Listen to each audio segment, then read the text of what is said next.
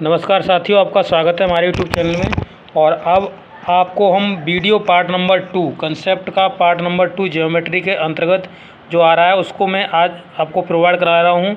इससे पहले मैंने कंसेप्ट पार्ट 1 करा दिया था। अगर आपने नहीं देखा है तो आप यूट्यूब में जाइए और हमारे चैनल का नाम सर्च करिए बेसिक टू टॉप स्टडी। वहाँ पर आपको एक प्लेलिस्ट बनी मिल जाएगी जो कि होगी आपकी ज्योमेट्री कंसेप्ट के नाम से। उसमें आपको कंसेप्ट की फर्स्ट वीडियो प्रोवाइड करा दी गई है और जो प्रैक्टिस का जो प्लेलिस्ट मिलेगा आपको ज्योमेट्री प्रैक्टिस के नाम से, उसमें भी आपको एक वीडियो प्रोवाइड करा दी गई है। तो पहले मैंने जो पहला वीडियो में मैंने आपको जो कंसेप्ट बताया वो कॉम्प्लीमेंट्री एंगल और सप्लीमेंट्री एंगल से रिलेटेड बताए थे। उसके बाद उसकी आपको प्रैक्टिस कराई थी। चलिए आज का जो होगा कंसेप्ट वो आपका किससे रिलेटेड होगा, तो वो आप यहाँ पर देख सकते हैं, स्क्रीन पर ही लिखा हुआ है। वेरी मोस्ट इम्पोर्टेंट है तिर्यक रेखा द्वारा बनाए गए कोण। तो तिर्यक रेखा द्वारा जितने भी एंगल बनते हैं, जब वो दो पैरेलल लाइन को इंटरसेक्ट करती है, यानी जब वो काटती है, तो वहाँ पे जो एंगल बनते हैं उन एंगलों के बारे में डिस्कस करेंगे। तो चलिए आज का वीडियो स्टार्ट करते हैं। जैसे कि एक सपोज करिए, जैसे दो पैरेलल लाइन है, ये पैरेलल लाइन है दोनों, ये एल है और ये एम है। अब पैरेलल लाइन के बारे में आपको पता होना चाहिए कि पैरेलल लाइन आखिरकार होती क्या हैं। तो मैं इसके बारे में आपको थोड़ा पहले बता देता हूँ। जैसे मान लीजिए कि हमने ये दो पैरेलल लाइन खींची, ये पैरेलल लाइन, ये पैरेलल लाइन है, ये एल है, इसे हमने एम मान लिया। अब इनके बीच में हर जगह इनकी दूरी बराबर होगी, यही पैरेलल लाइन की खासियत होती है। तो इनके बीच में हमेशा दूरी बराबर होगी। जैसे मान लो इसके 2 सेंटीमीटर बीच की दूरी है, तो यहाँ भी 2 सेंटीमीटर, यहाँ भी 2 सेंटीमीटर, यहाँ भी 2 सेंटीमीटर, यहाँ भी 2 सेंटीमीटर, जहाँ तक भी जाएगी ये वहाँ तक 2 सेंटीमीटर होगी। और इसे हम एक्सटेंड भी कर सकते हैं जितना चाहें, पर इनके बीच की दूरी हमेशा बराबर रहनी चाहिए। ये होता है पैरेलल लाइन का कंसेप्ट। अब इसमें क्या है, इसमें दो पैरेलल लाइन आपको दी गई हैं। दो पैरेलल लाइन आपको, जैसे ये एक पैरेलल लाइन है और ये एक पैरेलल लाइन है, इनको एक बीच से एक तिर्यक रेखा इनको काटेगी। अब इसमें जो एंगल बनेंगे आप देखेंगे, एक ये एंगल बन गया यहाँ पे, एक ये एंगल बन गया, एक ये एंगल बन गया, और इसमें देखेंगे एक ये एंगल बन गया। यहाँ पे ऊपर 4 एंगल बन गए, ऐसे ही नीचे 4 एंगल बनेंगे। एक ये बन गया, एक ये देखिए, एक ये देखिए, और एक ये बन गया। 4 एंगल बनेंगे नीचे, 4 एंगल बनेंगे ऊपर। इन्हीं से रिलेटेड क्वेश्चंस आपको पूछे जाते हैं। तो चलिए हम आज डिस्कस करते हैं आपके किस किस प्रकार के क्वेश्चंस आपके कंसेप्ट बन रहे हैं इससे। चलिए तो पहला देखिए कंसेप्ट कहाँ से क्रिएट होता है। तो इसमें जैसे मैं आपको समझा देता हूँ एक बार के लिए। जैसे ये दो पैरेलल लाइन हैं और इनके बीच में जब हमने खींचा तो इस तरीके से हमने एक एंगल बनाया, एक एंगल ये है, एक एंगल ये है, एक एंगल ये है। अब एंगल को नाम दे दिए 1, इसे हमने 2 दे दिया, इसे 3 दे दिया, इसे 4 दे दिया। ये एंगल हो गए। इसी तरीके से इस तरीके से हम यहाँ पे दे सकते हैं। जैसे इसे हमने 5, इसे 6 दे दिया, इधर की साइड में हमने 7 दे दिया, इधर इसे हमने 8 दे दिया। इस तरीके से एंगल के नाम दे दिए जाते हैं। अब देखिए इन सभी में कौन कौन से प्रकार के एंगल बनते हैं। तो पहला देखिए, पहले प्रकार का जो एंगल है वो है शीर्षाभिमुख कोण। जैसा कि मैंने यहाँ पर लिख भी रखा है। तो यहाँ पर आप वर्टिकली अपोजिट एंगल, इंग्लिश की बात करिए तो वर्टिकली अपोजिट एंगल बोलते हैं, शीर्षाभिमुख कोण हिंदी में बोलते हैं। तो इस तरीके से हमने दो पैरेलल लाइन में खींच लेता हूँ। उसके बाद आपको बताऊँगा कि शीर्षाभिमुख क्या होगा। देखिए इस पर, देखिए यहाँ पे एंगल पहले हम ड्रॉ कर लेते हैं, ये एंगल। तो यहाँ पे देखिए 1, 2, इसे 3, इसे 4। इसी प्रकार से यहाँ पर हमने कर लिया, इसे 5, इसे 6, इसे 7, और इसे हमने नहीं, इसे 7 नहीं करते हैं, इसे हम 7 कर लेते हैं इसको, और इसको 8 कर लेते हैं। अब देखिए इसमें शीर्षाभिमुख कोण क्या होंगे। तो देखिए दो मैं सिंपल से दिखाता हूँ। ये दो पैरेलल लाइन हैं, इस पर जब इस तरीके से, जैसे मान लीजिए इस तरीके से हमने खींचा, इस तरीके से हमने खींचा, या फिर देखिए इस तरीके से मैं समझाता हूँ, पैरेलल लाइन लेकर ना इस तरीके से मैं समझाता हूँ। जैसे दो लाइनें एक दूसरे को इंटरसेक्ट कर रही हैं। जब इंटरसेक्ट कर रही हैं तो यहाँ ये जो एंगल है, ये वाला एंगल है, इस एंगल के बराबर होगा। तो ये वर्टिकली अपोजिट है, एक दूसरे के अपोजिट दिख रहे हैं आपको। ये वाला एंगल इस एंगल के बराबर होगा। तो यही सिचुएशन सेम टू सेम इस फिगर में भी बन रही है। अगर आप देखेंगे तो यहाँ पर देखिए 1 और 4 एक दूसरे के अपोजिट में हैं, वर्टिकली अपोजिट हैं। तो ये एंगल वर्टिकली अपोजिट यानी शीर्षाभिमुख कोण हो जाएंगे। ऐसे 3, 4 ये वर्टिकली अपोजिट हैं। इसी प्रकार से इसमें 5 और 8 देखिए ये वर्टिकली अपोजिट हैं। 7 और 6 वर्टिकली अपोजिट हैं। तो आप इसमें लिख सकते हो, किस तरीके से लिख सकते हो, जैसे ये दो पैरेलल लाइन खींची इस तरीके से, और यहाँ पर 1, 2, 3, इसे 4 मान लिया, इसे 5, इसे 6, इसे 7 और इसे 8। तो वर्टिकली अपोजिट वाले अगर हम एंगल का अगर आपको पेयर लिखवाएं तो आप पेयर लिख सकते हैं ना, जैसे 1 और 4 का पेयर बन जाएगा वर्टिकली अपोजिट का, दूसरा बन जाएगा 2 और 3 का बन जाएगा। इसी प्रकार से नीचे वाले में देखिए 5 और 8 का बन जाएगा, और एक यहाँ पे बात करें तो यहाँ पे 6 और 7 का बन जाएगा, 6 और 7 का। तो यहाँ पर हम कह सकते हैं कि जैसे एंगल 1 बराबर में होगा एंगल 4 के, एंगल 1 बराबर में एंगल 4, ऐसे ही एंगल 2 बराबर एंगल 3, एंगल 5 बराबर एंगल 8, एंगल 6 बराबर एंगल 7। इस तरीके से इसमें एंगल बनते हैं वर्टिकली अपोजिट में। बहुत ही इंपॉर्टेंट है, अच्छे तरीके से इन्हें आप समझ लीजिए। चलिए नंबर 2 देखते हैं। नंबर 2 किस प्रकार के बनते हैं? एकांतर कोण बनते हैं। तो एकांतर कोण को कैसे समझेंगे? देखिए ये हमने 2 पैरेलल लाइन खींच दी, इसमें इंटरसेक्ट कर दिया इस लाइन, मतलब ये लाइन इसको काट रही है पूरा। तो इसमें देखिए एंगल को हमने बताया जैसे एंगल 1, एंगल 2, एंगल 3, एंगल 4, इसे एंगल 5, इसे एंगल 7, 6, इसे 7, इसे 8, इस तरीके से माना। अब इसमें एकांतर कोण में हम कैसे समझेंगे कि कौन से एंगल हैं जो एकांतर कोण बना रहे हैं? तो आप इसमें समझ सकते हैं। देखिए इसमें इस तरीके से जैसे इस तरीके से जेड बनती हुई आपको दिखती है, जेड बन रही है, जैसे ये 2 पैरेलल लाइन है, इस तरीके से हमने इनको बढ़ाया हुआ है, इस तरीके से बढ़ाया हुआ है, और ये इसको काट रही है, इंसर्ट कर रही है। तो इसमें ये जो एंगल होगा, जैसे मान लीजिए यहाँ पे अगर देखा जाए तो यहाँ पर जो एंगल 3 है, यहाँ एंगल 3 है, और ये एंगल होगा, तो ये एंगल कितना है यहाँ पे? अगर ये एंगल 3 है और इस तरीके से हम आए, इस तरीके से ले गए, तो एंगल ये कौन सा है? 6 है। ये दोनों आपस में कैसे होंगे? बराबर होंगे। कैसे होंगे? आपस में बराबर होंगे। 3, 6 बराबर हो गया। इसी प्रकार से इसमें अगर दूसरा एंगल देखो, इस तरीके से मैं फिर से ड्रॉ करता हूँ इसे। इसमें अगर आप दूसरे प्रकार से देखो तो कौन सा एंगल और एकांतर कोण का बनेगा? तो इसमें देखिए इसके साइड पे इसे मैंने थोड़ा बढ़ा दिया, इसे भी बढ़ा दिया, और यहाँ पर हमने देखा इस तरीके से यहाँ पर 2 है, यहाँ पर कितना है?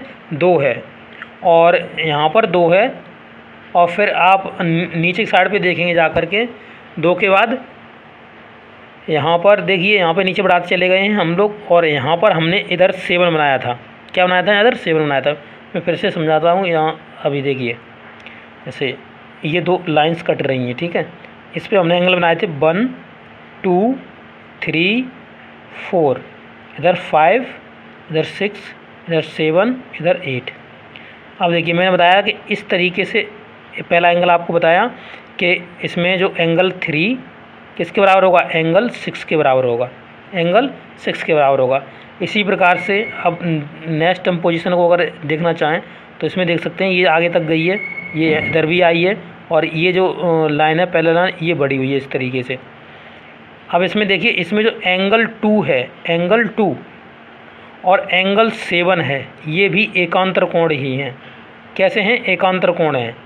इस तरीके से ये भी कैसे कोण में काउंट करे जाएंगे? एकांतर कोण में काउंट करे जाएंगे। देखो इस तरीके से आया हुआ है, इस तरीके से चला गया है, इस तरीके से आया, इस तरीके से चला गया है। तो ये 2 और 7 एकांतर कोण में काउंट करे जाएंगे। इसी प्रकार से आप देखेंगे इसमें, इसके अंतर्गत आपको देखने के लिए मिलेगा। देखिए इसमें हम फिर से इस फिगर को ड्रॉ करते हैं और आपको समझाते हैं।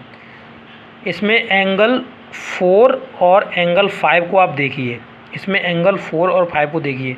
तो इसमें एंगल 4 और 5 देखो इस तरीके से। तो एंगल 4 यहाँ पे है और एंगल 5 यहाँ पर है। ये भी कैसे होंगे? एकांतर कोण होंगे। कैसे होंगे? एकांतर कोण होंगे। एक तरीके से आप इमेजिनेशन करिए कि ये जेड के प्रकार में कुछ शेप इनकी बन जाती है। ये 4 और 5 हो गए। इसी प्रकार से इसमें देखिए 1 और 8, और 1 और 8 को देखेंगे तो देखिए इस तरीके से आप देखिए, इसी पे मैं खींचता हूँ लाइन। देखिए इस तरीके से, देखिए इस तरीके से 1 और 8 का, तो इसमें 1 और 8 का ये बाहर वाला और ये इधर बाहर वाला, ये कैसे एंगल हैं? दोनों एकांतर एंगल हैं। तो 1 और 8 लिख सकते हैं इसे आप, 1, 8। अब इसमें हमने कितने लिख दिए? इसमें हमने पूरे 4 लिख दिए। इतने ही बनेंगे, इसमें इतने ही बनेंगे एकांतर कोण। चलिए अब नेक्स्ट एंगल देखते हैं। कौन से एंगल बन रहे हैं? संगत एंगल, जिन्हें हम करस्पोंडेंट एंगल भी बोलते हैं। अब करस्पोंडेंट एंगल क्या होते हैं? चलिए इसे भी समझते हैं। जैसे ये 2 लाइंस आपस में पहला लाइन है और इसे एक लाइन काटती हुई जा रही है। तो हमने बताया था एंगल 1, एंगल 2, एंगल 3, एंगल 4 है ये, एंगल 5, एंगल 6, एंगल 7 और एंगल 8, ये सभी एंगल बने हुए हैं। अब इसमें जो करस्पॉन्डेंट एंगल होंगे वो क्या होंगे, तो इसमें आप एक चीज़ देखिए, जैसे इस तरीके से हमने ये फिगर बनाया, इस तरीके से हमने काटा, तो एंगल 1 देखिए और एंगल 5 देखिए, एंगल 1, एंगल 5 क्या होगा, करस्पॉन्डेंट होगा, ये एंगल करस्पॉन्डेंट होंगे। यानी इस तरीके से एक लाइन में देखे जाए तो ऊपर से इस तरीके से जैसे हमने ये लाइन खींच दी है, ये लाइन हमने इस तरीके से खींची हुई है और इसमें ये 1 और ये 5 ये करस्पॉन्डेंट एंगल है, 1 और 5। इसी प्रकार से जब इसे हम इस तरीके से ड्रॉ करते हैं, इस तरीके से ड्रॉ कर दिया हमने, इसके बाद हमारा कौन सा एंगल होगा, तो इसमें 2 और 6 को देखिए, 2 और 6 को, ये 6 को, ये करस्पॉन्डेंट एंगल है 2 और 6। इसी प्रकार से नेक्स्ट हम इस तरीके से इनको दोनों को खींचें, फिर इसमें आप एंगल देखिए 7 और 3, 7 और 3, तो इधर नीचे वाला 7 यहाँ पर और ये जो 3 है ये वाला 3, 7 और 3, इनके बीच में आप चाहें तो अभी मैं आपको समझाऊंगा। 7 और 3 हो गया, उसके बाद अगर चौथा एंगल देखेंगे तो इस तरीके से हमने 2 लाइन खींचती और फिर कौन सा रह गया, अब इसमें देखिए 4 और 8 रह गया, तो ये आ जाएगा आपका 4 वाला और ये 8 वाला। ये कैसे होंगे, एंगल जो होंगे वो आपके करस्पॉन्डेंट होंगे, 4 और 8, ये एंगल आपके करस्पॉन्डेंट है। तो आप देखेंगे तो इसमें अगर ये सीधी लाइन इस तरीके से हम लाइन को मान लें तो इसके बीच में एक एंगल छूट रहा है, अगला एंगल आ रहा है। इसी प्रकार से यहाँ भी देखिए, यहाँ पे एक एंगल ही छूट गया, इसके बाद एक एंगल आ गया। इसी प्रकार से यहाँ पर एक एंगल छूट गया, इसके आगे एक एंगल आ गया, इसमें भी एक एंगल छूट गया और ये एंगल आ गए। तो ये करस्पॉन्डेंट एंगल होते हैं, इन्हें आप याद रखिए। चलिए नेक्स्ट देखते हैं, अंतः कोण इंटीरियर एंगल क्या होते हैं। तो देखिए इस तरीके से हमने 2 पहले लाइन खींची, इस तरीके से ये लाइन खींच दी इस पर। अब देखिए यहाँ पे एंगल 1, एंगल 2, एंगल इसे एंगल 3, एंगल 4, इसे एंगल 5, 6, 7 और 8। इंटीरियर एंगल यानी अंदर के 2 एंगल, इंटीरियर एंगल का मतलब होता है अंदर के 2 एंगल, इन दोनों को जोड़कर 180 अंश मान होना चाहिए। मतलब होता है इनका इंटीरियर एंगलों का योग हमेशा 180 होता है। और इधर भी देखोगे तो ये भी इंटीरियर एंगल का मान कितना होगा, 180 अंश होगा। इंटीरियर एंगलों का मान कितना होगा, 180 अंश होगा। इस चीज़ को आप याद रखिए। अब देखिए ये इंटीरियर एंगल हो गए तो एक्सटीरियर एंगल भी होंगे कि नहीं होंगे, बाहर के एंगल जो एक्सटीरियर एंगल हैं वो आपके अब आने वाले हैं। क्या है एक्सटीरियर एंगल, यहाँ पर अगर देखें तो एक्सटीरियर एंगल 2 और 8, इन दोनों का भी योग कितना होना चाहिए, 180 ही होना चाहिए, क्योंकि एक्सटीरियर एंगल भी तो उसी तरह कम करेंगे। 2 और 8 ये एंगल 2 और 8 भी तो 180 अंश के होने चाहिए, ये एक्सटीरियर एंगल हैं। यही आगे देखिए यहाँ पे मिलेगा आपको देखने के लिए, बाहरी कोण एक्सटीरियर एंगल।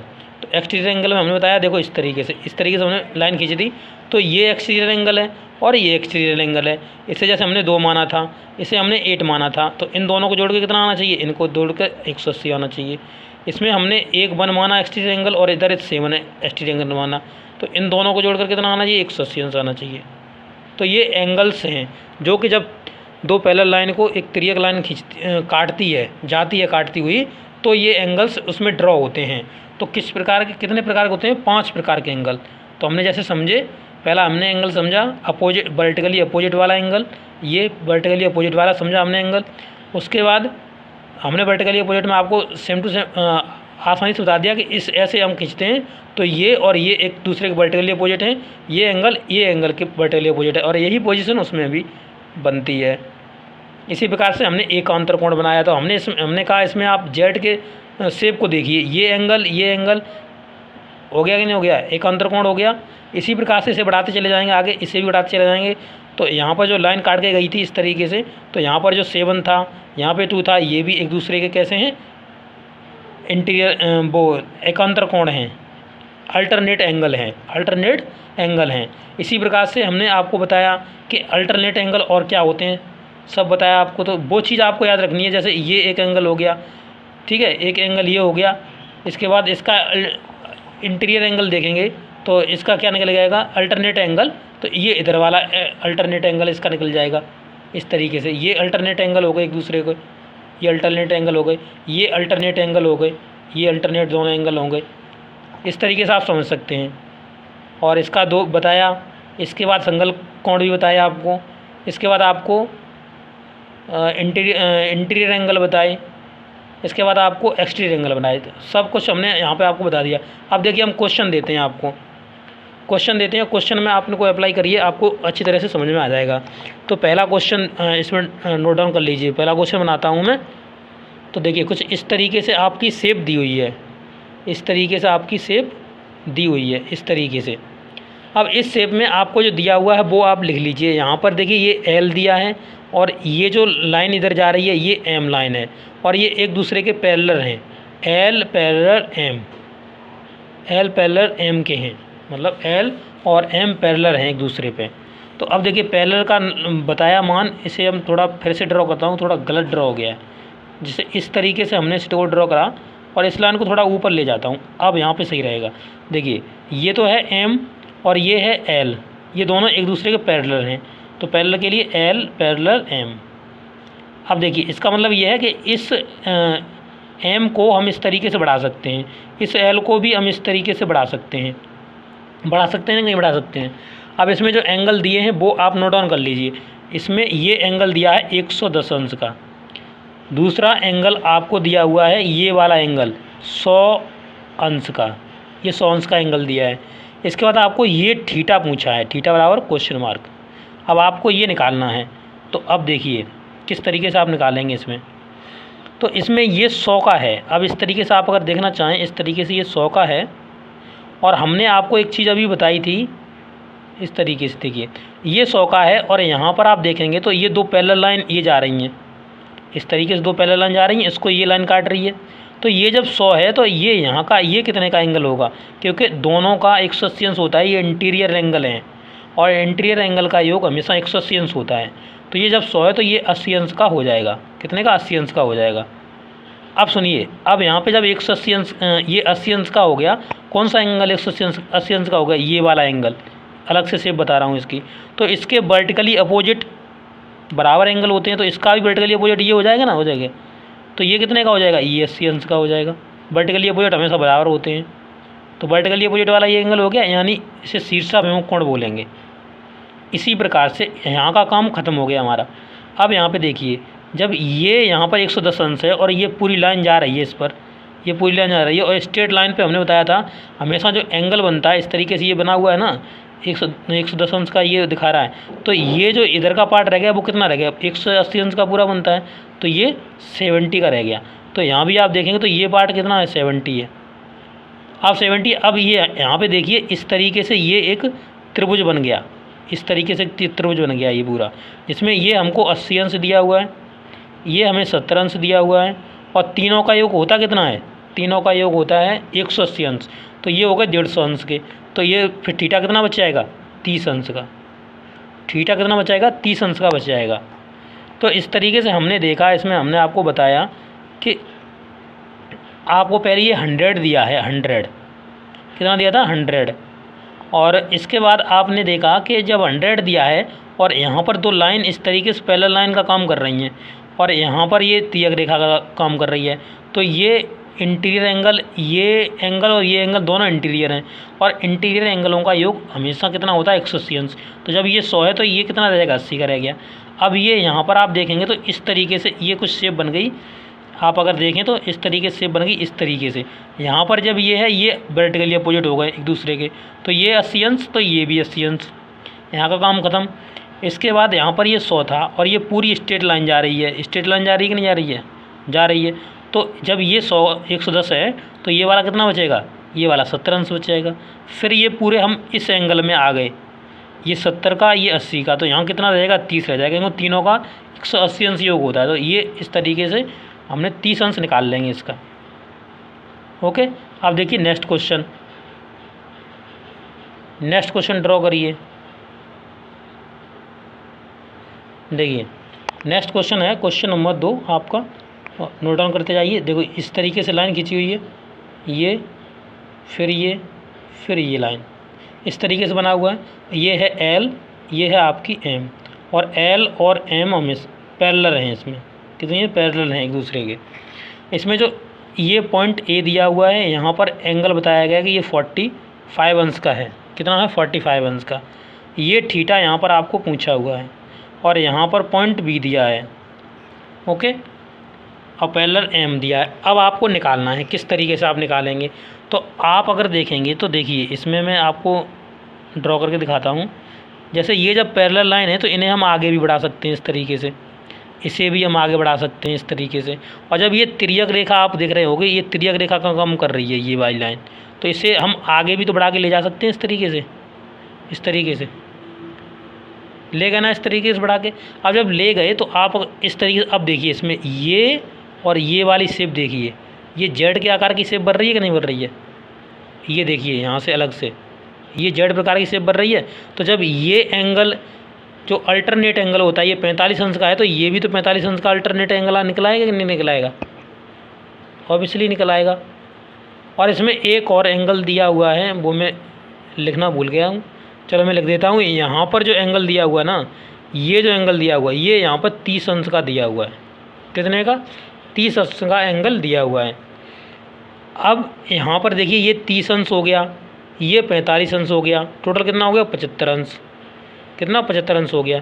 और ये वाला अगर एंगल हम निकालना चाहें तो तीनों का योग 180 अंश होगा, तो 75 घट जाएगा 180 में से, तो कितना, 105 अंश बचेगा। जब ये 105 अंश हो गया तो अब देखिए कुछ इस तरीके से शेप बन गई। किस तरीके से, देखिए इस तरीके से।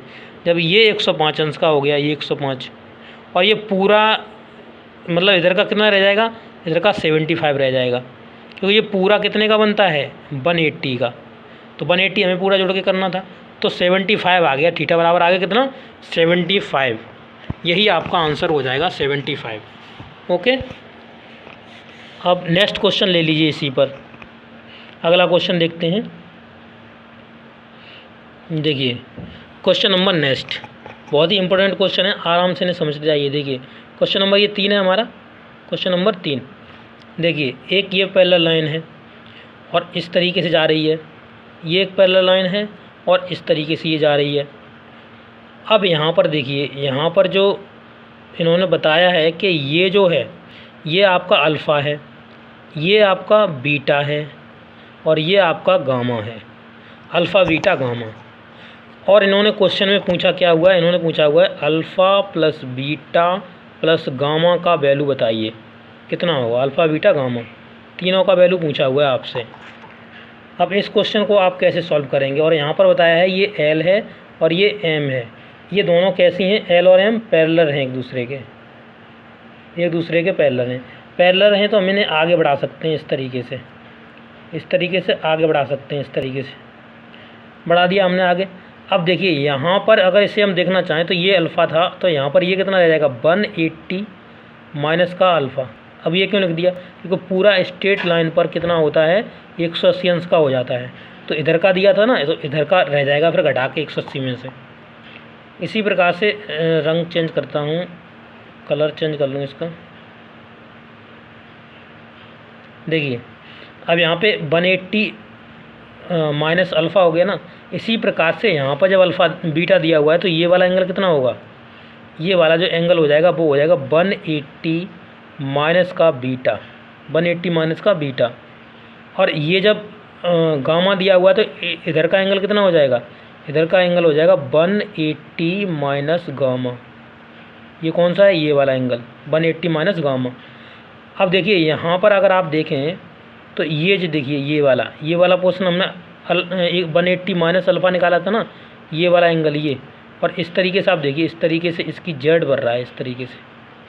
तो जब ये 180 माइनस अल्फ़ा है तो ये भी तो 180 माइनस अल्फ़ा ही आएगा। ये वाला एंगल, यहाँ का जो एंगल निकल के आया ये 180 माइनस अल्फ़ा, 180 माइनस अल्फ़ा। अब इन तीनों को जोड़ दीजिए, क्योंकि इन तीनों की वैल्यू हमको पता चल गई है, इन तीनों की वैल्यू हम लोगों को पता चल गई ना, इन एंगल की, इन तीनों एंगलों को जोड़ दीजिए और जोड़ के किसके 180 के बराबर रख दीजिए। कितने के, 180 के बराबर, क्योंकि त्रिभुज के अंतःकोणों का योग कितना होता है, 180 अंश होता है। तो चलिए हम रखते हैं। तो एक आया हमारा 180 माइनस अल्फ़ा, एक आया हमारा 180 माइनस बीटा, एक हमारा आया 180 माइनस गामा। गामा। बराबर में कितना लिखना है हमें 180 लिखना है कि तीनों कोणों का योग जोड़ के 180 अंश होना चाहिए। तो 180 अंश कितना हो गया 360, और 360 में फिर 180 जुड़ गया तो 540 अंश हो गया ये। और यहाँ पे alpha minus beta minus gamma बराबर में 180 अंश। अब यहाँ पे ये 540 है, 540 तो हमने इधर ही रहने दिया, इधर से 180 अंश उठा के इधर पटक दिया लाके, तो ये किसका हो जाएगा माइनस का हो जाएगा 180 अंश। और ये सभी चीज़ जितने भी माइनस की हैं उधर जाके पहुँचा दिया हमने, तो सब प्लस की हो जाएंगे, alpha plus beta plus gamma, इस तरीके से ये अल्फ़ा प्लस गामा हो गया ना। तो अब ये इधर कितना बच गया 360 अंश, 360 अंश। तो alpha plus beta plus gamma ये कितना आएगा 360। यही इन्होंने पूछा हुआ था कि ये कितना आएगा, 360 आपका आंसर हो गया। चलिए अब लास्ट क्वेश्चन देख लीजिए, लास्ट क्वेश्चन को डिस्कस कराते हैं ना, वीडियो बहुत लंबा हो जाएगा, अगले वीडियो में फिर मैं करा दूंगा। तो देखिए इसका लास्ट क्वेश्चन क्या होगा, क्या लास्ट क्वेश्चन में पूछा गया है वो पहले आप नोट डाउन करिए। जैसे ये दो पैरेलल लाइन, अब इसका रंग थोड़ा चेंज करता हूँ, देखिए ये एक पैरेलल लाइन है, ये एक पैरेलल लाइन है, दोनों दो पैरेलल लाइन दी हुई हैं, इसका नाम एल है, इसका नाम एम है। इसमें इस तरीके से एक त्रिभुज बनाया हुआ है इन्होंने, इस तरीके से त्रिभुज, इस तरीके से त्रिभुज इन्होंने बनाया हुआ है, और जिसमें आपको मान दिया हुआ कितना, ये दिया है 110 अंश, 110 अंश, ये आपको दिया हुआ है कितना 30 अंश, और आपको दिया हुआ है क्या, ये दिया है 50 अंश, और 50 अंश दिया है, और यहाँ पर आपको ये वाला कोण थीटा ये पूछा हुआ है। किस तरीके से आप इस कोण को निकालेंगे, चलिए बताते हैं आपको। देखिए जब ये 30 अंश हो गया, ये 110 अंश हो गया, और यहाँ पर आप जानते हैं इस तरीके से जब इस पर एंगल बनता है तो कितना रिज कोण, हमने आपको बताया था स्ट्रेट एंगल जो बनता है वो 180 अंश का बनता है। तो 180 अंश तो 30 और ये 110 कितना 140 हो गया, 140 तो 180 में से 140 घटाएंगे तो कितना बचेगा 40 अंश, तो ये आ गया 40 अंश का।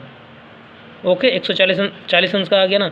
अब यहाँ पर ये 50 अंश दिया हुआ है ये वाला कोण, तो इसमें लगाइए, इसमें देखिए तुम यहाँ से आप अगर देखेंगे तो यहाँ पर आपको एक चीज़ देखने के लिए मिलेगी कि ये जैसे देखिए ये दोनों कैसी लाइन है, ये दोनों लाइन कैसी हैं पैरेलल लाइन है, कैसी हैं पैरेलल लाइन्स हैं दोनों।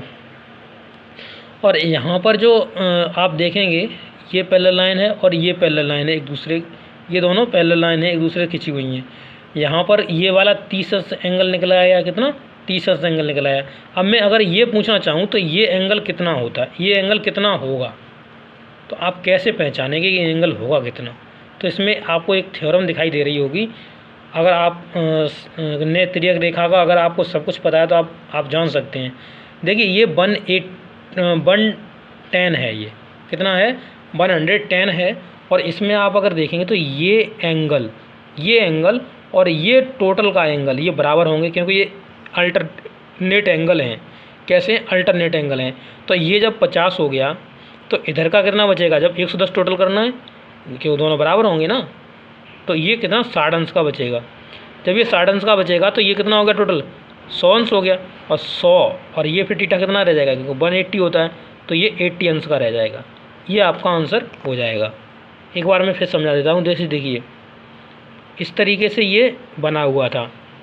अब इसमें जैसे मैंने ये बना था इस तरीके से बना हुआ था ना, जो थोड़ा सही करता हूँ, इस तरीके से बना हुआ था इस तरीके से। अब इसमें आपको ये 110 अंश दिया था, 110 अंश। तो यहाँ पर मैं ये पूछना चाहूँ आपसे, जैसे आप देखिए यहाँ पे इस तरीके से ये जैसे ये एंगल अल्टरनेट एंगल है कि नहीं है, ये एंगल इस पूरे एंगल के बराबर होगा। इसी प्रकार से ये वाला एंगल इस एंगल के बराबर होगा, तभी 110 अंश हमने से माना। और जबकि ये 50 अंश दिया हुआ था, 50 अंश दिया तो इधर का 60 रह जाएगा ना, इधर का 60 अंश। इस तरीके से हमने उस क्वेश्चन को करा है। तो इस वीडियो में मैंने आपको बहुत ही इम्पोर्टेंट कंसेप्ट करा दिए। ये समझ लो, ये जो तिर्यक रेखा पर जो जितने भी आपके कंसेप्ट होते हैं, ये जितने भी एंगल बनते हैं, ये बहुत बहुत इम्पोर्टेंट हैं। कैसे हैं, बहुत बहुत इम्पोर्टेंट हैं। और जियोमेट्री का ये आपका पार्ट नंबर 2 था, जिसमें कंसेप्ट का वीडियो था। इसके बाद मैं आपको क्वेश्चन लेकर आऊँगा। उसके अंतर्गत आपको हम प्रैक्टिस कराएंगे ज़्यादा से ज़्यादा। उसमें हम आपके हर एक एग्ज़ाम के रिलेटेड क्वेश्चन लेके आएंगे, उसमें आपको डिटेल में डिस्कस कराएंगे और ज़्यादा उनमें आपको कितनी जल्दी जल्दी आप कैसे कर सकते हैं। तो ये वीडियो आपको कैसा लगा है ज़रूर बताना। अच्छा लगा अपने दोस्तों के साथ शेयर करना।